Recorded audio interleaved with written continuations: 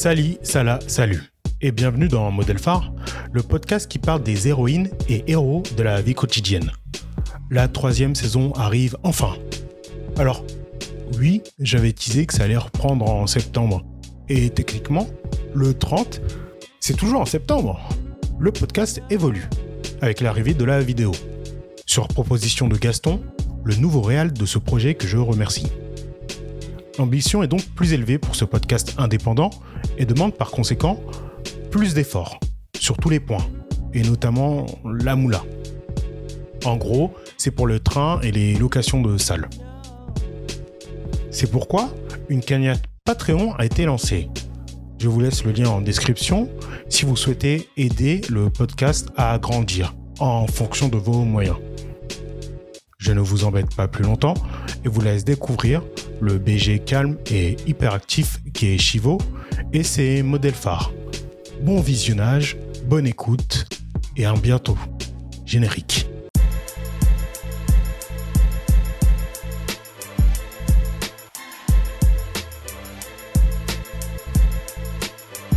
Salut Chivo, ça va? Ça va et toi? Tranquillement? Tu passes une bonne journée? Ça va. Tranquillement, tout est bien dans ta vie? Ouais, ça va. Le trajet s'est bien passé, j'étais bien accompagné. T'es bien accompagné? Ouais. Le conducteur était très bien ou pas? Ouais, il était clean. Ok. Ouais. Bah, je te remercie. On est dans une nouvelle version de Modèle Phare. Maintenant, pour la 3e saison, on sera enregistré. Il y aura aussi une version vidéo. Sans oublier, bien sûr, la partie uniquement audio sur les différentes plateformes de podcast. Et je te remercie infiniment d'être le premier invité de cette nouvelle mouture. Merci à toi de m'avoir invité déjà. Parce que voilà, en tant qu'écouteur, j'écoute énormément les podcasts de Modèle Phare et d'être ici, c'est un honneur. Donc, franchement, merci. On va essayer de faire ça bien. On va le faire très très bien, il n'y a aucune raison. Déjà, est-ce que tu peux te présenter, s'il te plaît, en quelques mots? Alors, je m'appelle Chivo Stoner, j'ai 21 ans et ça fait maintenant à peu près 2 ans que je suis dans l'entrepreneuriat. Et, entrepreneuriat, pour toi, c'est quoi? En quoi ça consiste? Dans quel type d'entrepreneuriat tu te Alors, trouves? l'entrepreneuriat, c'est vraiment large. Tu peux être dans le web, dans le textile. Et pour ma part, je suis dans l'audiovisuel. Ok. Donc voilà, tout ce qui est vidéo et aussi un peu dans le son. J'expliquerai peut-être un peu plus plus tard, mais voilà, dans l'audiovisuel. Ok. Et dans ta vision de ce qu'est l'entrepreneuriat, il y a vraiment une grosse partie liée, j'imagine, à tes modèles phares. Exactement, ouais. On va dire que pour cet épisode, j'ai 3 modèles phares. Ok. Et il y en a un bon 2 qui rentrent dans cet aspect entrepreneuriat. Ok. Donc, on va démarrer. Hein. C'est parti. Est-ce que tu peux me parler de ton premier modèle phare, s'il te plaît? Alors, mon premier modèle phare, c'est tout simplement mon grand frère. Il faut savoir que je suis issu d'une grande fratrie, on est à peu près 9. Ok. Et dans ces fratries même, on est demi-frères. Ok. Et il y en a qui sont vraiment frères, même mère, même père, et d'autres, on est demi. Et donc, le plus grand, c'est justement lui que je considère comme mon modèle phare. Tout simplement, pour raconter un peu notre parcours, à ma naissance, il était là déjà. Ok. On a à peu près 9-10 ans d'écart. Ok. Et, je sais pas si tu nous as dit quel âge tu avais? oui, 21 ans. Ok. 21 ans. Donc là, il a actuellement 28-29 ans, je crois, quelque chose comme ça. Et donc voilà, il a été là, on a grandi ensemble. Puis on a été séparés parce que je suis parti vivre au Bled. Pour moi, c'est Mayotte. Ouais. J'ai vécu à Mayotte et à La Réunion. Ok. Ensuite, je suis revenu en France en 2012. Et après, on s'est revus et on a repris notre cours, quoi. Et voilà, quoi. Il a toujours été là pour moi et il m'a vraiment inculqué ce leadership. Ok. Mayotte, si je me trompe pas, c'est pas loin des Comores, c'est ça? Ouais, c'est pas loin des Comores. Ok. Exactement. Et donc là, je vais pas te demander quand est-ce que tu as rencontré cette personne, vu que tu la connais depuis ta naissance. Mais tu as vécu, vu que tu m'as dit que c'était une grande fratrie avec différentes mères, vous viviez à peu près tous au même endroit, ou vous étiez tous en métropole, ou il y en avait qui étaient à Mayotte, à La Réunion, enfin, tu as grandi comment avec lui Avec lui, ouais, on a vécu à 3 reprises un peu côte à côte, Oui. en Seine-et-Marne surtout, à Torcy. Et ensuite, là, c'est plus vers Melun. Ok. Donc voilà, après, quand j'étais beaucoup, beaucoup plus jeune, c'était à Montmorency, si je dis pas de bêtises, quelque chose dans ces alentours. Il faudra expliquer un peu, c'est où tous ces Dans le bleds. 95. Ok. Dans le 95, Goussainville, voilà, c'était à Goussainville. Et après, voilà, on a fini dans enseignement marine. Ok. Ouais, je te dis ça parce que, alors, dans les stats que j'ai regardés du podcast, il y a des gens qui écoutent un peu de plein de lieux. Et il y a des personnes qui écoutent ça de Suède, Ah ouais, d'Amérique latine, d'accord. Alors, il y a une personne, je ne sais pas qui c'est, qui écoute chaque épisode de Mongolie. Je ne sais pas qui c'est cette personne. Incroyable. Franchement, c'est la force du podcast, c'est juste incroyable. Mais je ne sais pas si cette personne, elle sait où ça se trouve, Goussainville, Ah ouais, c'est en c'est région sûr. parisienne. Non, je comprends. Ok. Et du coup, est-ce que tu peux m'expliquer pourquoi est-ce que c'est ton modèle phare? Alors, tout simplement parce que déjà à la base, si je l'enlève de ma vie tout ce qui m'a inculqué, il y a vraiment un manque dans ma construction, mon développement personnel. Donc, pour moi, d'office, il fait partie d'un modèle phare parce qu'il m'a vraiment aidé à me construire tout au long de ma jeunesse jusqu'à aujourd'hui. Et il m'a apporté ce sens des responsabilités et de la famille, quoi. T'es le grand frère, il faut que tu sois là pour ta mère parce que voilà, justement, on ne vit pas avec notre père. Donc, justement, il dit c'est à toi de tenir le foyer, de prendre les responsabilités. C'est pas tous les jours facile, mais c'est comme ça. Et voilà, aujourd'hui, j'en suis reconnaissant de sa part parce que ça paye, on va dire. Ok. Et lui, dans sa vie, il était comment avant qu'on lui donne un petit peu ces types de responsabilités? J'imagine qu'il était un peu jeune. Comment est-ce qu'il l'a appris? Comment est-ce que ça arrivait dans sa vie? Il a commencé à vraiment avoir ça au bout de 16-17 ans. Ouais. Peut-être un peu plus. Et c'est super jeune. C'est super jeune. Et justement, moi, en tout cas, de mon point de vue, il n'avait pas l'air d'être agacé ou de sentir ça comme un fardeau. C'est sûr que ça doit peser. Mais c'est vrai que je devrais lui poser la question pour le coup. Mais je pense que voilà, il a plutôt bien pris, il a su encaisser. Ça a demandé des sacrifices, je pense, des concessions de sa part. Ouais. Mais aujourd'hui, il peut en être fier de lui parce qu'il a des bons petits soldats. Il a des bons petits soldats. Avec tes frères et sœurs aussi, il y a une forte entente, j'imagine. Ouais, franchement, ouais. Une grosse fratrie. Mais on est très soudés, on peut le voir sur les réseaux sociaux. Les gens qui nous suivent, ils se disent, mais c'est quoi ça? C'est un parc d'attraction. Ils ont pas de parents ou quoi? Genre, tout le temps, on est là, des snaps par-ci, par-là, ça danse, ça bouge. Donc, on sent cette cohésion. Et j'ai eu des retours d'autres personnes qui me disent, mais moi, c'est pas du tout comme ça avec mon frère. Donc, dans ma tête, à la base, quand j'étais plus jeune, je me disais, mais comment ça, c'est pas comme ça? Tu vois, mais avec le recul, j'ai compris que c'est pas donné à tout le monde d'avoir une telle cohésion avec ses frères et sœurs. Donc, franchement, j'en suis reconnaissant aujourd'hui. Ouais, ça, c'est quelque chose de précieux. C'est très précieux. Pour toi, tes proches, ton entourage, c'est un peu comme une espèce de fratrie, de groupe avec lesquels tu es soudé. Exactement. Tu te sens proche, quoi. Ouais, ça me fait penser... à chaque fois, je pense à des documentaires, des choses que j'ai regardées.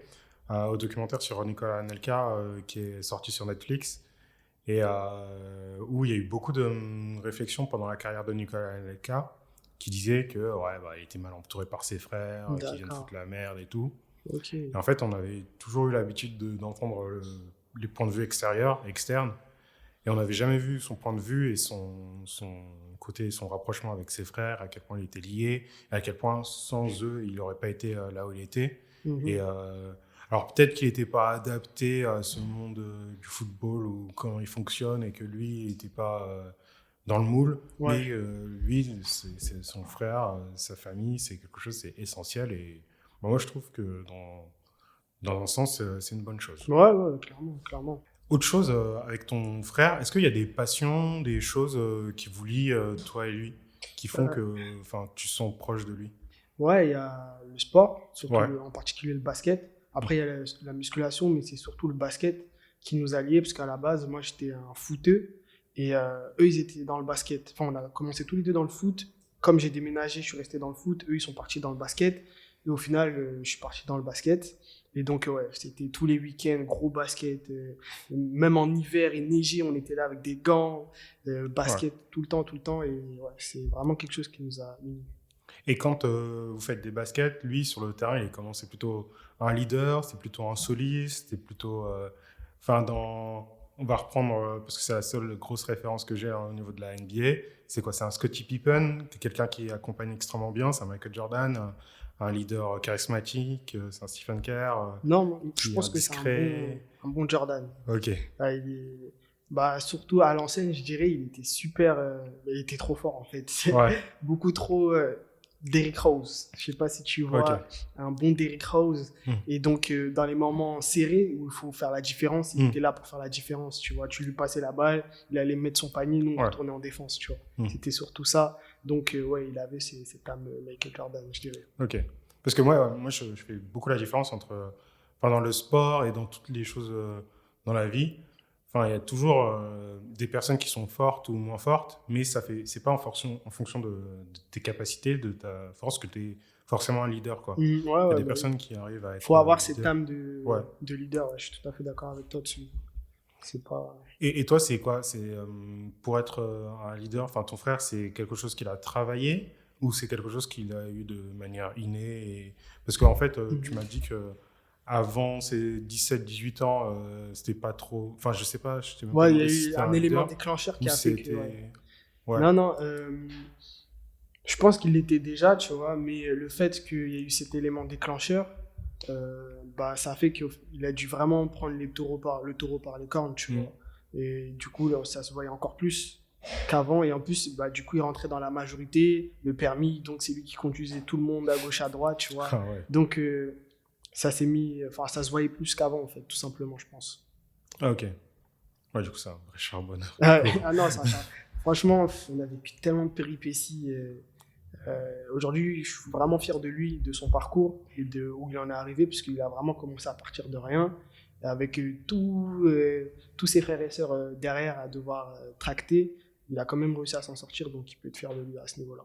Et est-ce que, du coup, il y a je redis un du coup, est-ce qu'il y a un moment, justement, précis où tu t'es dit que lui, c'est vraiment mon modèle, c'est vraiment mon mentor et dans ma vie, je voudrais, alors pas forcément ressembler à lui, mais au moins m'inspirer de lui.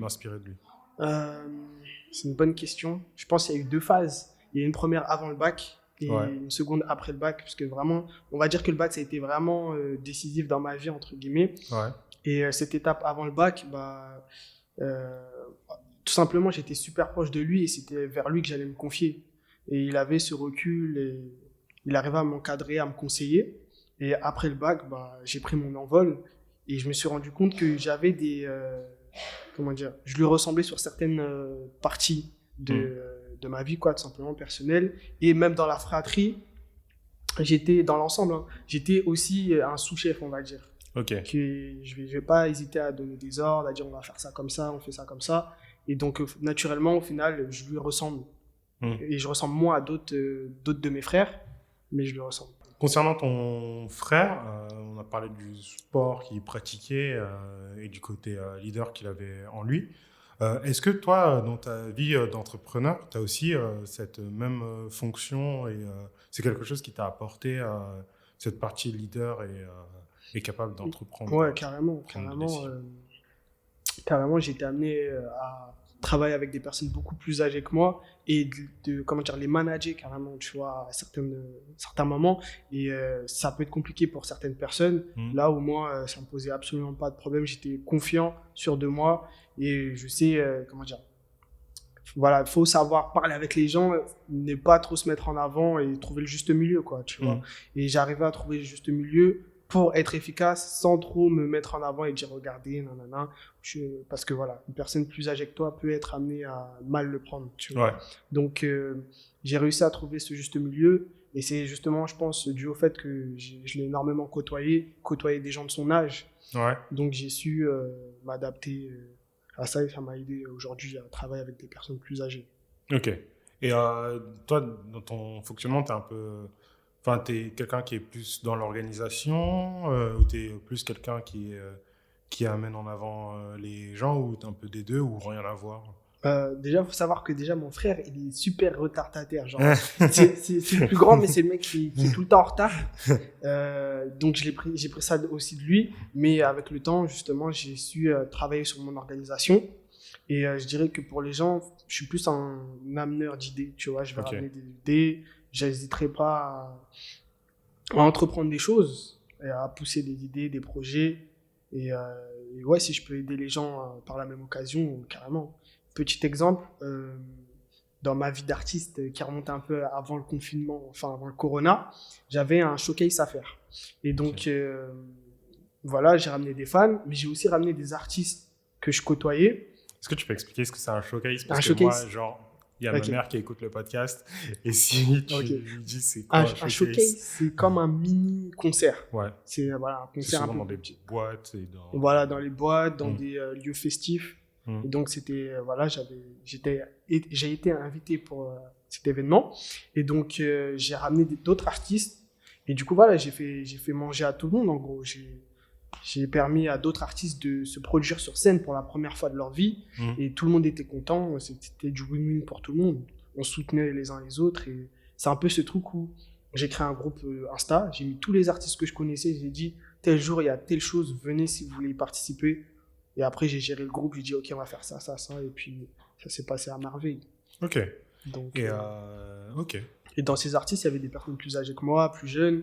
Il y avait des managers d'artistes que je devais gérer parce que c'était moi l'intermédiaire et j'avais pas peur de voilà, dire OK, on va faire ça, ça, ça. Donc c'est un peu là où je dis le leadership. OK. Et du coup, sauf si tu as d'autres choses à dire sur ton grand frère. Non, je pense qu'on a fait le tour. On a fait le tour. On peut parler de ton deuxième modèle phare, vu que tu en avais 3. Ouais. Qui est ton deuxième modèle phare? Alors, mon deuxième modèle phare, c'est tout simplement un pote à mon grand frère, enfin à mes grands frères. Et on est du même quartier. Ouais. On a grandi ensemble. Ça fait maintenant 8-9 ans que je le connais. Okay. Et donc, à la base, lui, il a fait un bac S, etc. Et il s'est lancé dans le pharmaceutique. Il a fait un BTS pharmaceutique ou quelque chose comme ça, je crois. Et donc... finalement, il s'est lancé dans l'entrepreneuriat, mais dans le domaine du pharmaceutique, justement. Okay. Je ne sais pas si ça se dit comme ça, mais je pense que tu m'as compris. Ouais. Et donc, à quel moment il est intervenu dans ma vie? C'est tout simplement avant le bac. C'est-à-dire que j'ai passé mon bac, je l'ai raté d'un point au rattrapage, je l'ai repassé une seconde fois, et il était là à chaque fois pour les révisions, il me soutenait, il était à fond. Et justement, quand je l'ai eu, voilà, je suis parti le voir, je l'ai remercié, on s'est checké et il m'a refilé cette chaîne que j'ai justement sur moi. C'est pour ça que c'était important pour moi de la ramener aujourd'hui parce que c'était comme une consécration en mode OK, c'est bon, t'as galéré, c'était dur, mais t'as réussi parce que t'as persévéré. Et donc voilà, j'en suis reconnaissant. Je le remercie aujourd'hui par rapport à ça. Voilà quoi. C'est comme dans un manga. Voilà, comme un manga. Qui exactement. En mode, c'est bon. Un bouclier ou l'arme magique. Exactement. Tu vois, c'est pas une chaîne 48 gold, mais voilà, c'est l'intention qui compte derrière. Donc, ouais, c'est un peu ça, je dirais. Concernant ce deuxième modèle phare, cette histoire de chaîne, c'est quelque chose pour toi. Là, je vois que tu l'as ramené aujourd'hui pour cette occasion. La valeur des choses, chacun y met ce qu'il veut, quoi. Ouais, il y a des choses qui peuvent coûter pas très cher, mais qui ont une valeur. C'est le timing qui a fait que jeu, quoi. Ouais, non, je suis d'accord. Ce qu'il a fait au moment de ton passage du bac, c'est quoi? C'était essentiellement de la motivation ou il t'a aidé à passer des cours ou il t'a montré des méthodes de travail? C'était les deux, c'est-à-dire que c'était de la motivation et concrètement, il était là sur des exercices et tout. Voilà, il m'expliquait, ouais, ça, c'est ça, ça, ça, il faut faire telle méthode, il faut appliquer tel calcul, etc. Il était vraiment là sur le terrain, on va dire, et dans la motivation aussi. Donc, ouais. Ok. Toi, dans ton fonctionnement, tu as besoin de motivation pour faire tes actions, pour atteindre tes objectifs ou tu as plutôt besoin qu'on te laisse dans ton coin et que tu te gères tout seul? Non, en soi, j'ai pas besoin de motivation, je vais dire. Enfin, on va dire je suis un peu ma propre motivation, quoi. Et je pense que c'est mon passé qui fait que ça me motive, en fait. C'est surtout mon passé qui me sert de motivation. Et j'utilise aussi toutes les frustrations que tu peux avoir dans la vie de tous les jours, tu vois. La frustration, les tristesses, enfin, tout ce qui est mauvais, je le transforme en motivation.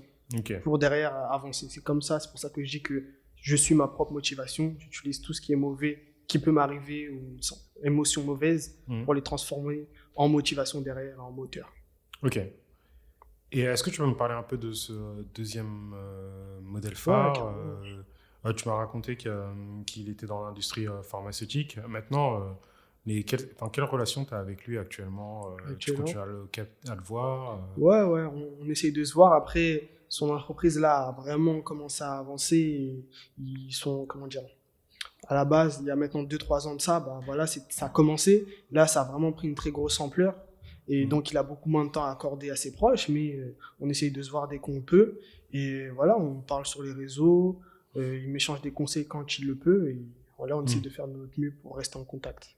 Ok. Et du coup, j'imagine que c'est pas trop des conseils qui sont en liaison enfin, avec ton taf, enfin, avec ton Si, côté. justement, Ah, ok. beaucoup de conseils d'entrepreneuriat. Après, c'est plutôt moi qui vais vers lui.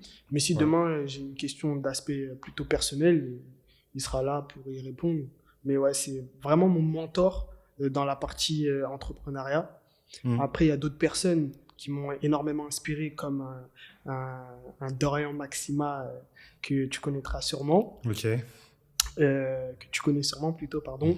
Et bah, ouais, il a été aussi inspirant dans mon parcours. Est-ce que tu peux en parler un peu? Alors Dorian, je l'ai connu via mon frère. Ouais. Et bah, tout simplement, d'après mes souvenirs en tout cas, il avait commencé la vidéo il y a bien bien longtemps, je pense, un bon 5 ans, 5 6 ans si je dis pas de bêtises. Et bah, moi, en tant que petit, voilà, je vois ce qu'il fait. Il faisait des clips pour des gros artistes comme Chubesky, des artistes rap. Et Hmm. dans ma tête, j'étais en mode, waouh, mais il est trop chaud le mec. J'ai pété un câble. Et après, bah, voilà, au fur et à mesure, j'ai grandi. Et je vois ce qu'il fait. Je me dis, putain, le mec, il est parti de rien. Et aujourd'hui, on est là. Franchement, c'est une bonne source d'inspiration. C'est vrai que ce type de média, ce type de médium dans l'artistique, c'est des choses qui sont vraiment enfin, porteurs d'éléments qui peuvent venir de tout le milieu. Ouais. Parce qu'il y a vraiment une grosse partie pratique. Mm.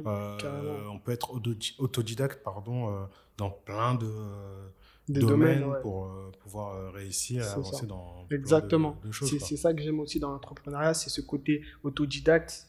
Et bah, c'est ce que j'ai fait, hein. Je suis pas parti en école de commerce ou peu importe. Enfin, école de commerce, dans une école spécialisée. Mm. J'ai tout appris de moi-même et je l'ai appliqué sur le terrain. Et aujourd'hui, on va dire que ça fonctionne. Ok. Et est-ce tu m'avais parlé d'un troisième modèle phare. Est-ce que tu peux m'en parler?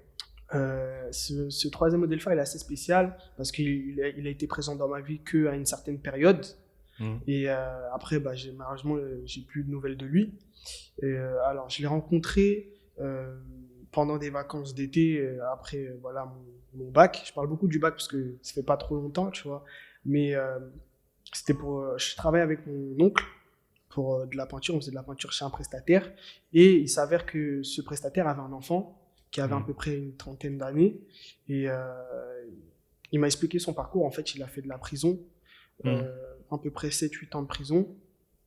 Et justement, j'ai discuté avec lui et on a été amené, enfin, il m'a fait prendre conscience, pardon, la valeur du temps. Mm. À quel point le temps c'est important et que c'est quelque chose de précieux et qu'il faut le mettre, comment dire, au service des bonnes choses, on va dire. Et Mm. donc, ouais, il a vraiment, on va dire, il m'a assagi sur certains aspects. Ok. Et du coup, quand tu l'as rencontré, quand tu l'as rencontré, cette personne, c'était enfin, pendant les travaux. Ouais. Et comment est-ce que la première rencontre s'est faite? Vous aviez enfin, quelque chose en commun, Bah, une ah oui, passion, ouais, une je vois. discussion? Comment est-ce que vous vous êtes amené à discuter Bah, tout ensemble? simplement, je devais dormir là-bas parce qu'en fait, la prestation durait à peu près une semaine. Ouais. Et on dormait directement là-bas pour retravailler à 4 heures du matin, finir à 21 heures. Donc, tout se faisait directement là-bas. Et du coup, j'ai été amené à partir en voiture avec lui pour aller acheter de la nourriture, du fast-food, tout simplement, tu vois. Mm. Et c'est à partir de là qu'on a échangé et qu'il m'a inculqué à peu près tout ça. Bon, ça s'est fait sur plusieurs jours, hein. C'est Mm. pas en un seul jour. C'est fait sur plusieurs jours, mais c'était très intense, on va dire. Ok. Et la prise, elle s'est faite direct ou c'est avec le temps, vous êtes échangé les numéros Mais ou justement, il y a eu un déclic dès le... non, il y a eu un déclic pendant le séjour parce que justement, il n'avait pas vraiment de réseau, etc. Donc on a échangé nos Insta, mais finalement, son Instagram n'existe plus. Donc, au final, j'ai aucun moyen de le joindre. Donc, c'était vraiment une semaine après. C'est fini, genre, ça disparaît. Ok, j'avais cru. J'avais pas bien compris. J'avais compris que vous étiez vus un peu pendant quelques temps, pendant 1, 2, 3 semaines, mais que par la suite, vous aviez que vous aviez continué à vous voir, à vous percevoir. Non. Ok. Ok. Bah, comme j'en ai parlé, au niveau des modèles, si on prend l'exemple de Star Wars, Maître Yoda était présent très peu de temps dans la vie de Luke Skywalker, et c'est quand même un modèle de fou dans sa vie. Il était ultra marquant et il lui a permis d'avancer, de comprendre plusieurs choses sur la philosophie. L'important, c'est pas d'avoir été présent longtemps ou pas, c'est d'avoir été marquant, quoi. Ouais, marquant, carrément. C'est ma vision du... Non, je suis totalement d'accord avec toi sur ce point. Ok. Et est-ce qu'il y a d'autres choses que tu voudrais dire sur lui? Je le connaissais pas trop. Je connaissais pas trop sur sa vie, lui pas particulièrement. Mais aujourd'hui, en gros, il m'a fait comprendre que chaque action compte, en fait. Tu vois, chaque move compte. Et qu'il faut prendre... Enfin, il m'a dit une phrase qui m'a marqué, c'est que on peut rater sa vie, mais on peut pas rater sa mort. Et ça, je me suis dit, lui, je sais pas, il a regardé quel film, mais il m'a sorti une punchline, là, tu vois. Donc, en fait, c'est ça, en fait. Je me suis dit, damn. Tu vois, je me suis vraiment dit, damn. Et voilà. Ok. Et est-ce que si par hasard, il mate la vidéo, il tombe dessus, ou tu croises, il y a quelque chose que tu aimerais bien lui dire? De me contacter, de m'envoyer un message sur Instagram, surtout. Ok.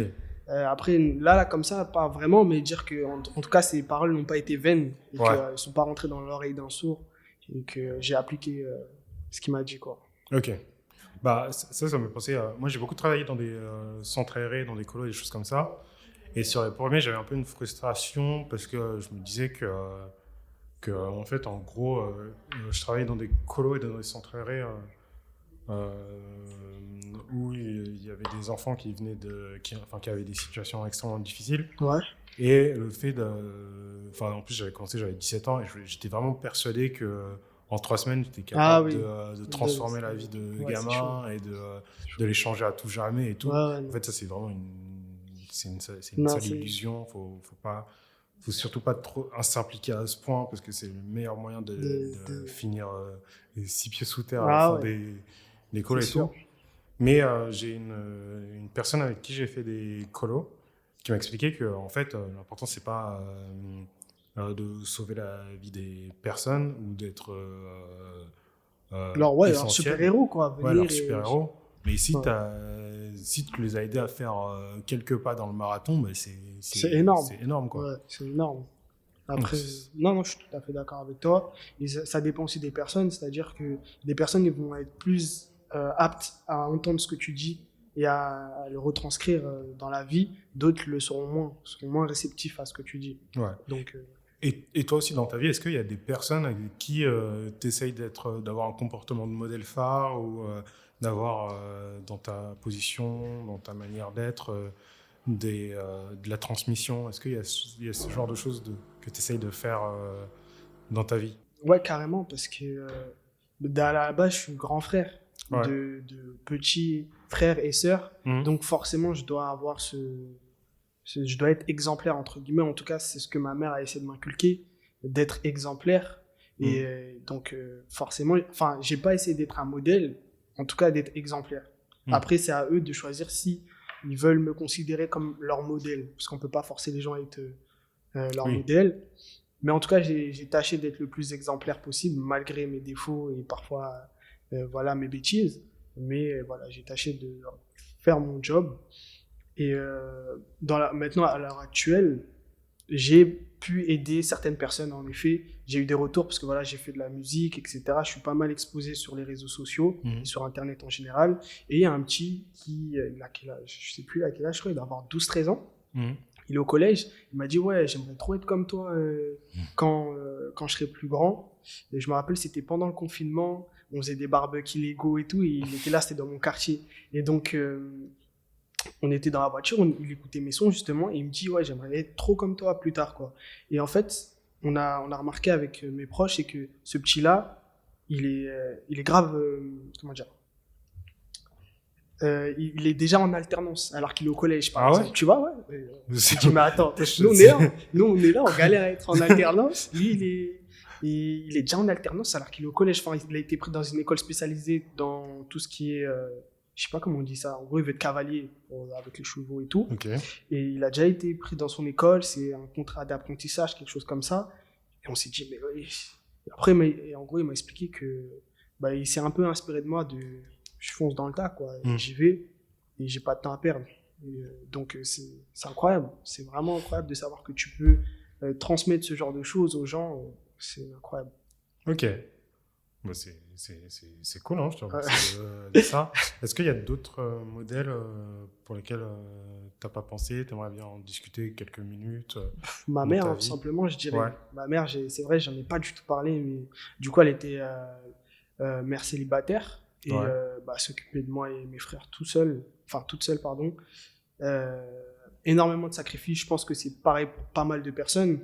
Donc, elle m'a vraiment ce sens du sacrifice de, ok, il faut que je dois faire ça, même si j'aime pas, je le fais parce que je dois le faire pour mes proches. Donc ça, elle m'a énormément inculqué. Après, il y a plein d'autres choses, hein. Mais là, tout de suite, j'ai surtout ça en tête. Ok, je te remercie beaucoup. Alors, pour chaque épisode, je demande aux personnes que j'interviewe de me faire des propositions culturelles, des choses qu'ils aiment, écouter, manger, lire, regarder, enfin tout. Est-ce qu'il y a quelque chose que tu pourrais me conseiller et conseiller à tous les auditoristes du podcast? Ouais, carrément. J'ai trop de trucs.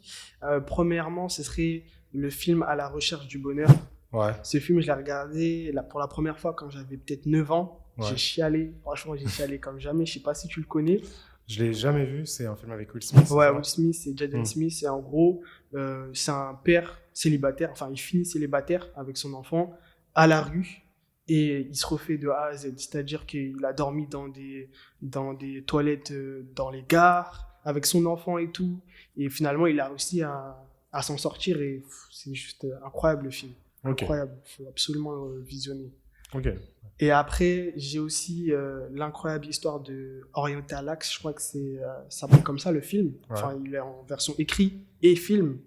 Et donc, en fait, ça raconte tout simplement l'histoire d'une femme afro-américaine on a utilisé du coup elle avait un cancer de l'utérus. Ouais. On a utilisé ses cellules pour en gros l'avancée de la médecine. Ouais. Et en gros, ces cellules sont encore en vie aujourd'hui et ont permis de guérir de pas mal de maladies, de faire énormément de vaccins. Je pense que le Covid, on a utilisé ces cellules pour créer le vaccin du Covid, enfin les différents vaccins du Covid. Ouais. Et pourtant, les personnes qui ont créé ça, qui ont découvert ça, ils sont milliardaires aujourd'hui limite. Par contre, sa famille a reçu 0 €, quoi. Ouais. Et donc, dans le film, on raconte leur histoire à leur famille, à comment elle était cette Oriental Axe. Et franchement, ce film aussi, il m'a énormément marqué. D'autant plus que c'est ma prof de biologie qui me l'a fait découvrir. C'était quand je suis ressorti de ce film, j'ai pris au moins 30 minutes pour me poser et me dire waouh. C'est incroyable. Ouais. Il se passe trop de choses dans le film.